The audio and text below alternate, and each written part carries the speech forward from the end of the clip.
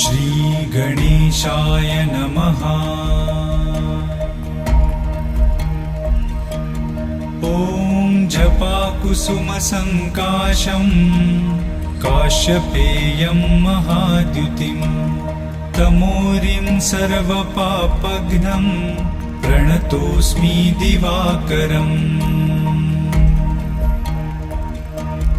ॐ दधिशङ्खतुषाराभं क्षीरोदार्णवसम्भवं नमामि शशिनं सोमं शम्भोर्मुकुटभूषणम्।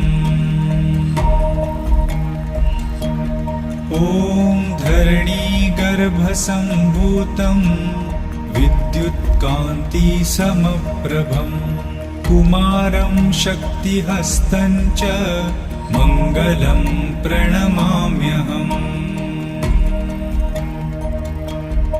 ॐ प्रियङ्गुकलिकाश्यामं रूपेण प्रतिमम्